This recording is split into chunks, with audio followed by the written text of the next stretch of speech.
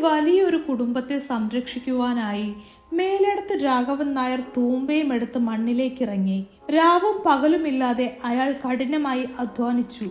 നേരും നിറയും കാത്തു സൂക്ഷിച്ച് അയാൾ കുടുംബത്തിനൊരു അത്താണിയായി മാറി. അങ്ങനെ അയാൾ പഠിപ്പിച്ചു വലുതാക്കിയ അനിയൻ വിജയകുമാരൻ നായർ ഒരു വക്കീലായി മാറി. കരിയർ മെച്ചപ്പെടുത്തുവാനായി തുനിഞ്ഞിറങ്ങിയ വിജയകുമാരൻ നായർ തന്റെ സീനിയർ അഡ്വക്കേറ്റിന്റെ മകളെ തന്നെ വിവാഹം കഴിച്ചു. ശോഭയും വിജയകുമാരനും തമ്മിലുള്ള ഈ വിവാഹത്തിൽ വിഷമിച്ചത് മൊത്തം രാഘവൻ നായരായിരുന്നു. അത്രയും നാൾ വിജയകുമാരൻ നായരെ മാത്രം മോഹിച്ച് അതേ വീട്ടിൽ ജീവിച്ചിരുന്ന കുഞ്ഞമാമയുടെ മകൾ നളിനിയെ ഓർത്ത് രാഘവൻ നായർ വിഷമിച്ചു. രാഘവൻ നായർ നളിനിയെ മറ്റൊരാളുമായി വിവാഹം കഴിപ്പിച്ചു. അനിയത്തി സുധയ്ക്കായി പറഞ്ഞുറപ്പിച്ച ആളുമായിട്ടായിരുന്നു നളിനിയുടെ വിവാഹം രാഘവൻ നായർ നടത്തിയത്. അതേസമയം പരിഷ്കാരങ്ങളുടെ ലോകത്തു നിന്നും അനിയന്റെ ഭാര്യയായി വന്ന പെൺകുട്ടിക്ക് രാഘവൻ നായരുടെ കുടുംബവുമായി പൊരുത്തപ്പെടാനായില്ല. അങ്ങനെ തന്റെ കാൽ കീഴിൽ നിന്നും സകല മണ്ണും ഒലിച്ചു പോകുന്നുവെന്ന് മനസ്സിലാക്കിയ രാഘവൻ നായർ അനിയൻ വിജയകുമാരന്റെയും അനിയത്തി അംബികയുടെയും നിർബന്ധപ്രകാരം സ്വത്തുഭാഗം വെച്ച് കുടുംബത്തിൽ നിന്നും എന്നേക്കുമായി പടിയിറങ്ങുന്നു. അതിനിടയിൽ സുധയുടെ വിവാഹവും രാഘവൻ നായർ ശരിയാക്കുന്നുണ്ട്. അങ്ങനെ ആര് ചതിച്ചാലും തന്നെ തന്റെ മണ്ണൊരിക്കലും ചതിക്കില്ലെന്നുള്ള അടിയുറച്ച വിശ്വാസവുമായി രാഘവൻ നായർ പുതിയ കൃഷിനിലത്തിലേക്ക് പോകുന്നു.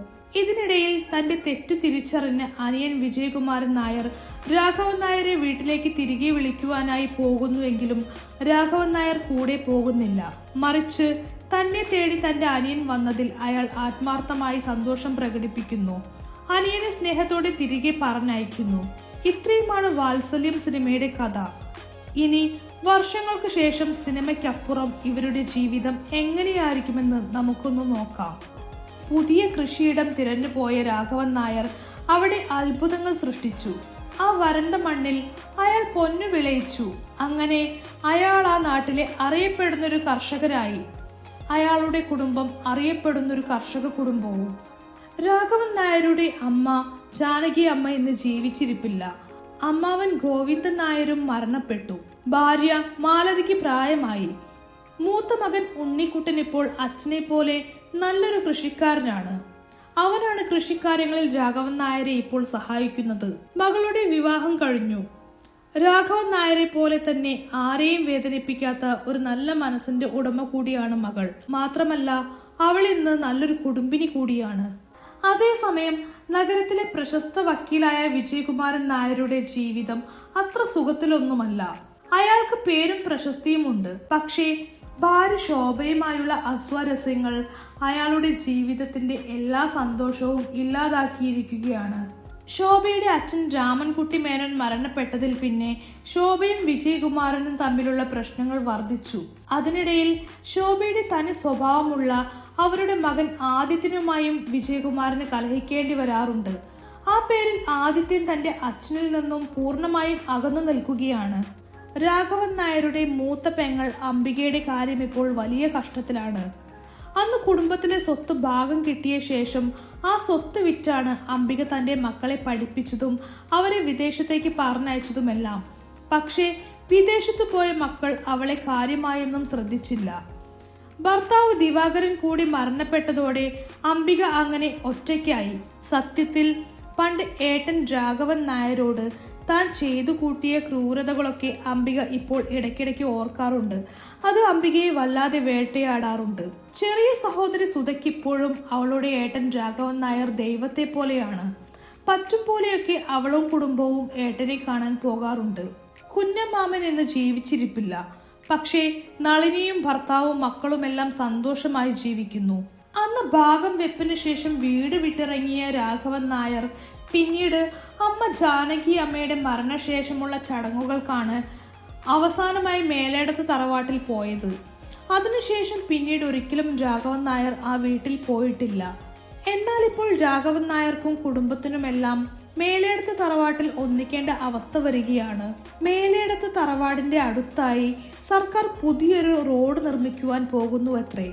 അതിനായി തറവാട് നിൽക്കുന്ന സ്ഥലത്തിന്റെ ഒരു ഭാഗം മൊത്തമായി സർക്കാർ ഏറ്റെടുക്കാൻ പോവുകയാണ്. അത്തരമൊരു റോഡ് നിർമ്മാണത്തിനായി ആ വീട് നിൽക്കുന്ന സ്ഥലത്തെ വിട്ടുകൊടുക്കാൻ തന്നെയാണ് എല്ലാവരുടെയും തീരുമാനവും. കാരണം വർഷങ്ങളായി അടഞ്ഞുകിടക്കുന്ന ആ വീട് അങ്ങനെ നശിച്ചു പോകുന്നതിലും നല്ലത് റോഡ് നിർമ്മാണത്തിനായി വിട്ടുകൊടുക്കുന്നതാണെന്നാണ് എല്ലാവരുടെയും അഭിപ്രായം. ഇത്തരത്തിൽ ആ വീട് എന്നേക്കുമായി കൈവിട്ടു പോകും മുൻപ് പഴയ ഓർമ്മകൾ പുതുക്കുവാൻ വേണ്ടി മാത്രമാണ് എല്ലാവരും വർഷങ്ങൾക്ക് ശേഷം ആ വീട്ടിൽ ഒത്തുകൂടിയത്. ഇത്തവണ രാഘവൻ നായർക്കൊപ്പം അയാളുടെ ഭാര്യയും മക്കളും മാത്രമല്ല, നളിനിയും വന്നിട്ടുണ്ട്. പഴയ ഓർമ്മകൾ പുതുക്കുവാൻ വേണ്ടി മാത്രമാണ് അവളും വന്നത്. അങ്ങനെ വർഷങ്ങൾക്ക് ശേഷം എല്ലാവരും മേലേടത്ത് വീട്ടിൽ ഒത്തുചേർന്നു.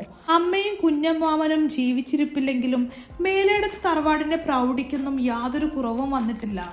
ആ കൂടിച്ചേരലിൽ വീടുമായി ബന്ധപ്പെട്ട് സർക്കാർ തരുന്ന തുക തന്റെ പുതിയ റിസോർട്ട് നിർമ്മാണത്തിലേക്ക് ചിലവഴിക്കണമെന്നാണ് വിജയകുമാറിന്റെ മോൻ ആദിത്യൻ ആവശ്യപ്പെടുന്നത്. എന്നാൽ വിജയകുമാരൻ അതിന് സമ്മതിക്കുന്നില്ല. വിജയകുമാരൻ സമ്മതിക്കുന്നില്ല എന്ന് മനസ്സിലാക്കുമ്പോൾ ഭാര്യ ശോഭ പ്രശ്നമുണ്ടാക്കുന്നു. അങ്ങനെ സ്വത്തുമായി ബന്ധപ്പെട്ട് തർക്കങ്ങൾ കൂടി വരുമ്പോൾ വിജയകുമാറിനൊപ്പം അംബികയും സുധയും കൂടെ കൂടുന്നു. തന്റെ മുൻകാല അനുഭവം വെച്ച് അംബിക ആദിത്യനെ ഉപദേശിക്കാൻ ശ്രമിക്കുന്നു. ഇത്തരത്തിൽ സ്വാർത്ഥമായ താല്പര്യം വെച്ച് സ്ഥലത്തിനു വേണ്ടി ഇതുപോലെ ബഹളം കൂടിയാൽ ആ സ്വത്തുകൊണ്ട് ഒരു സന്തോഷവും നേടാൻ പറ്റില്ല എന്നാണ് അംബിക അവന് നൽകുന്ന ഉപദേശം. തന്റെ ജീവിതം കൊണ്ട് താൻ മനസ്സിലാക്കിയ സത്യമാണ് അംബിക ആദിത്യനോട് പറയുന്നത്. അങ്ങനെ മറ്റുള്ളവരെ വേദനിപ്പിച്ച് സ്വത്ത് നേടിയാൽ ആ സ്വത്ത് കൊണ്ട് നമ്മൾക്കൊരിക്കലും സന്തോഷമായി ജീവിക്കാൻ പറ്റില്ല എന്ന് അംബിക അടിയുറച്ചു തന്നെ പറയുന്നു. എന്നാൽ മേലെടുത്ത് രാഘവൻ നായർ ഇതിലൊന്നും കാര്യമായി ഇടപെടാതെ മാറി നിൽക്കുകയാണ്. പെട്ടെന്നാണ് രാഘവൻ നായരെ അത്ഭുതപ്പെടുത്തിക്കൊണ്ട് വിജയകുമാരൻ അയാളുടെ അഭിപ്രായം മുൻപോട്ട് വെക്കുന്നത്. വീട് നിൽക്കുന്ന സ്ഥലം സർക്കാർ ഏറ്റെടുത്താൽ അതുവഴി കിട്ടുന്ന പണം ഉപയോഗിച്ച് ഒരു ട്രസ്റ്റ് രൂപീകരിച്ച് ഗ്രാമത്തിലെ കർഷകരുടെ മക്കൾക്ക് പഠന സഹായം നൽകാൻ തങ്ങൾ ഉദ്ദേശിക്കുന്നു എന്നാണ് വിജയകുമാരൻ ആഗ്രഹം പറയുന്നത്. അതായിരുന്നു വിജയകുമാരന്റെയും സഹോദരിമാരുടെയും തീരുമാനം. മേലെടുത്ത് രാഘവൻ നായർ ഇത് കേട്ട് വിസമ്മതിക്കുകയും ആദിത്യന്റെ ആഗ്രഹപ്രകാരം അവൻ ഈ തുക റിസോർട്ട് ആവശ്യത്തിനായി നൽകണമെന്ന് പറയുകയും ചെയ്യുന്നുവെങ്കിലും വിജയകുമാരൻ പറയുന്നത് മകന്റെ ആവശ്യത്തിന് താൻ സമ്പാദിച്ച പണം മകൻ എടുക്കട്ടെ, അല്ലാതെ മേലെടുത്ത് രാഘവൻ നായർ കഷ്ടപ്പെട്ടുണ്ടാക്കിയ സ്ഥലത്തിന്റെ ലാഭമല്ല തന്റെ മകൻ ഉപയോഗിക്കേണ്ടത് എന്നാണ്. അംബികയും സുധയും നളിനിയും എല്ലാം ആ അഭിപ്രായത്തോട് ശരിവെക്കുന്നു. ഈ പേരിൽ ആദിത്യനും ശോഭയുമെല്ലാം പരിഭവിച്ച് അവിടെ നിന്നിറങ്ങിപ്പോകുന്നു. സത്യത്തിൽ ആ വീടിന്റെ പേരിലുള്ള എല്ലാ ലാഭവും രാഘവൻ നായരുടെയും മക്കളുടെയും പേരിൽ നൽകണമെന്നായിരുന്നു വിജയന്റെയും സഹോദരിമാരുടെയും ആഗ്രഹം. പക്ഷേ അഭിമാനിയായ തന്റെ ചേട്ടൻ അതിന് സമ്മതിക്കില്ല എന്നറിഞ്ഞതുകൊണ്ടാണ് ഏട്ടനോടുള്ള ബഹുമാനാർത്ഥം ഒരു ട്രസ്റ്റ് രൂപീകരിക്കാം എന്ന ചിന്തയിലേക്ക് വിജയനും സഹോദരിമാരും എത്തിയത്. ഏതായാലും അവരുടെയൊക്കെ നിർബന്ധപ്രകാരം ട്രസ്റ്റ് എന്ന് പറയുന്ന പദ്ധതിക്കായി രാഘവൻ നായർ സമ്മതിക്കുന്നു. മാത്രമല്ല ആ നിമിഷത്തിൽ വിജയകുമാരൻ സന്തോഷത്തോടെ ഏട്ടനെ കെട്ടിപ്പിടിച്ചു പറയുന്നു, ഏട്ടാ, ഞാൻ ജീവിതത്തിൽ ജയിച്ചിട്ടില്ല, എന്നും ജീവിതത്തിൽ ജയിച്ചത് ഏട്ടൻ മാത്രമാണെന്ന്. അത് കേട്ട് നളിനിയുടെ കണ്ണുകൾ നിറഞ്ഞു. അത് കണ്ട വിജയൻ കുറ്റബോധത്തോടെ നളിനിയോട് പറഞ്ഞു, അന്ന് നിന്നെ ഞാൻ വിവാഹം കഴിച്ചിരുന്നുവെങ്കിൽ എൻ്റെ ജീവിതം നല്ലതാകുമായിരുന്നു എന്ന്. അത് കേട്ട് അവൾക്ക് സങ്കടം വന്നു. പക്ഷേ ഉള്ള ജീവിതത്തിൽ പരമാവധി തൃപ്തിപ്പെടുക എന്നതായിരുന്നു രാഘവൻ നായർ വിജയനായി കൊടുത്ത ഉപദേശം. അങ്ങനെ വർഷങ്ങൾക്ക് ശേഷം എല്ലാവരും ആ വീട്ടിൽ ഒന്നിച്ചിരുന്ന് ഭക്ഷണം കഴിച്ചു. വർഷങ്ങൾക്ക് ശേഷം ആ തറവാട്ടിൽ വീണ്ടും പൊട്ടിച്ചിരികൾ ഉയർന്നു. എല്ലാവരും സന്തോഷത്തോടെ ഉച്ചത്തിൽ പൊട്ടിച്ചിരിച്ചു. 2 ദിവസങ്ങൾക്കുള്ളിൽ രാഘവൻ നായരും കുടുംബവും നാട്ടിലേക്ക് തിരികെ പോയി. നാട്ടിലെത്തിയ രാഘവൻ നായർ തന്റെ മണ്ണിലേക്ക് തൂമ്പയുമായി മടങ്ങി. മണ്ണിൽ പണിയെടുക്കുന്ന രാഘവൻ നായർ തന്റെ മകന് ഒരു ഉപദേശവും കൊടുത്തു. മനുഷ്യർ എപ്പോൾ വേണമെങ്കിലും മാറി മറിയാം, പക്ഷെ മണ്ണ് അതൊരിക്കലും നമ്മളെ മറക്കില്ല. അതുകൊണ്ട് മണ്ണിനെ സ്നേഹിക്കുക എന്ന്. അങ്ങനെ ഒരു കുഞ്ഞു ഉപദേശം മകനായി കൊടുത്ത അയാൾ തന്റെ മണ്ണിൽ പണി തുടർന്നു.